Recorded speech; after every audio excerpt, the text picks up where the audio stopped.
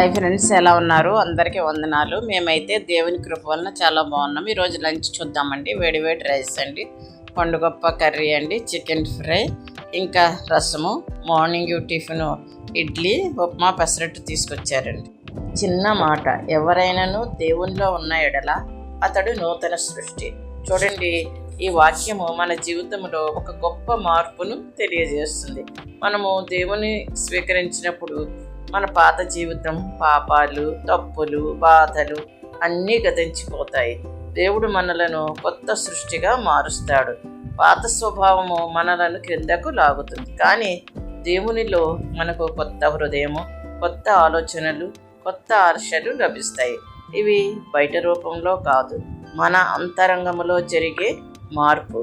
కొంతమంది తమ పాత తప్పులను గుర్తు చేసుకుని బాధపడతారు, కానీ దేవుడు ఏం చెప్తున్నాడంటే, పాతవి గతించిపోయాను. దేవుడు మన గతాన్ని క్షమించి కొత్త ఆరంభాన్ని ఇస్తున్నాడు. అంటే దేవునిలో ఉన్నవారు కొత్త ఆలోచనలు కలిగి ఉంటారు, ప్రేమతో జీవిస్తారు, పాపాన్ని విడిచిపెడతారు, దేవునికి ఇష్టమైన జీవితం గడుపుతారు. కాబట్టి మనము నిజముగా దేవునిలో నూతన సృష్టిగా ఉన్నామా, లేక ఇంకా పాత జీవితం వైపు తిరుగుతున్నామా?